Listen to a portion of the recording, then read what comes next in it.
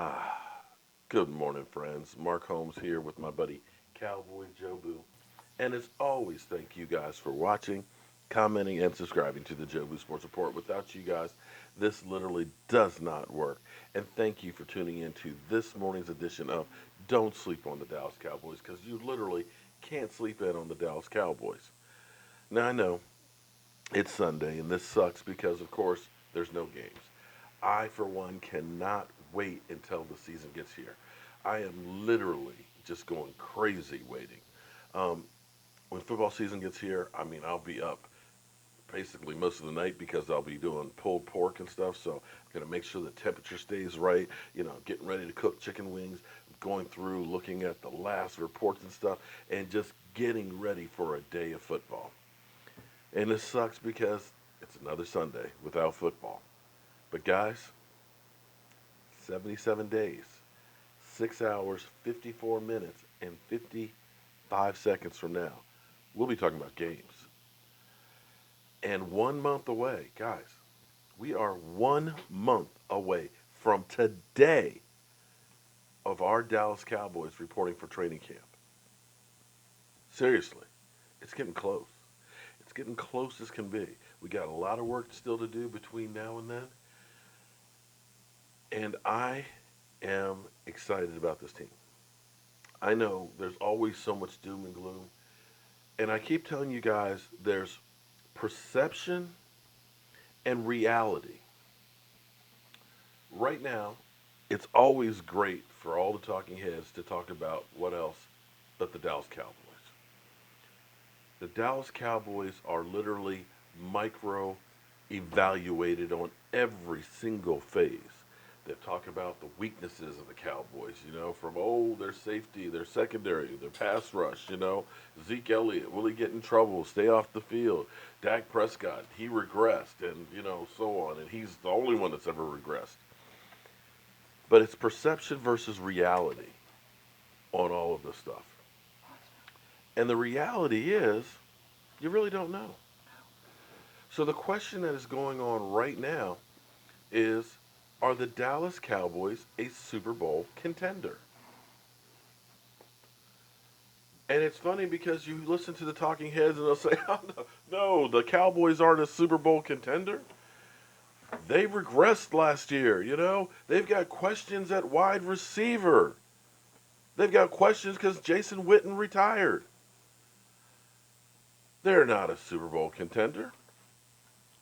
The Rams, they're a Super Bowl contender. The Falcons, they're a Super Bowl contender. The Eagles, the defending world champions, they, of course, are definitely Super Bowl contenders. The Cowboys at 9-7, no, they're not Super Bowl contenders. And I say, wait a minute. This is all great to talk about.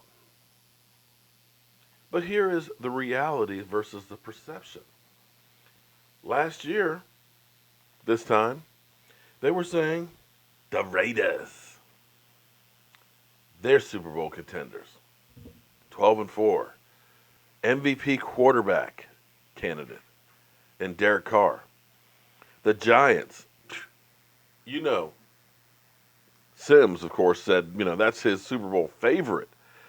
A two-time Super Bowl MVP, Eli Manning. Oh, that defense of the Giants, they're going to be great. They are truly Super Bowl contenders. Not only contenders, they're favorites. The Packers, with the bad man, Aaron Rodgers. Yeah, they're contenders. Seattle, Russell Wilson, and the Legion of Boom. They're contenders. And our own Dallas Cowboys. You got Zeke Elliott, running back of the year. You got Dak Prescott, rookie of the year. You got that great offensive line. You got coach of the year. They're Super Bowl contenders. But who was saying that the Jacksonville Jaguars last year were Super Bowl contenders?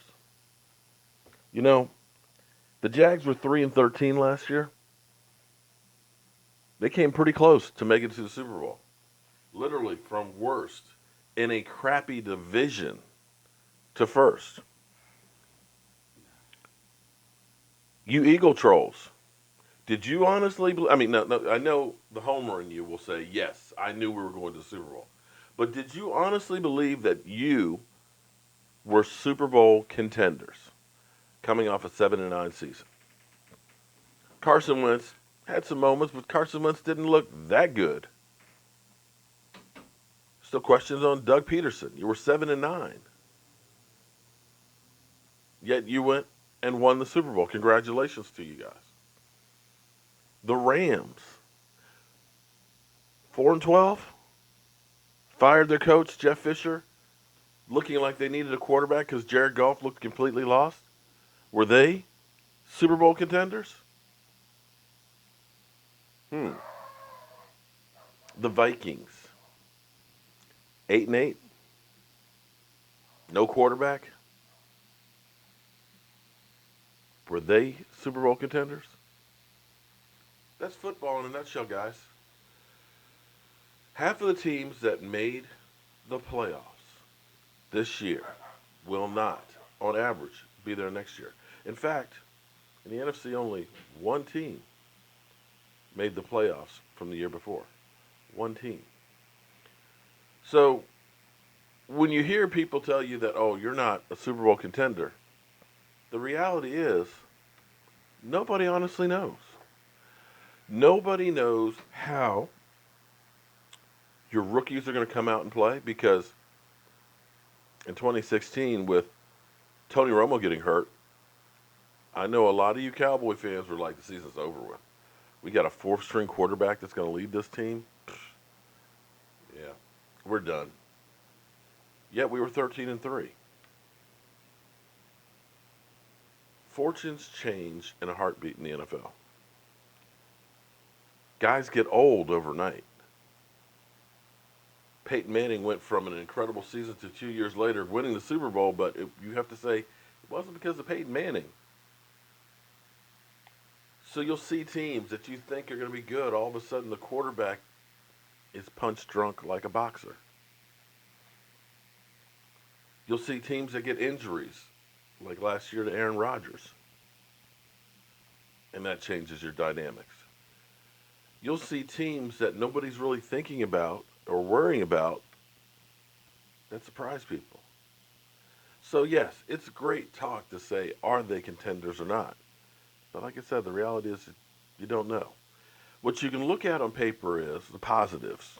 And do the positives outweigh the negatives? The Cowboys addressed a lot of their needs. Now, we'll have to see how well it works out. You know, a lot of people will say, well, you know, your number one receiver right now may be Allen Hurns. And, you know, he's only had 1,000-yard season. Well,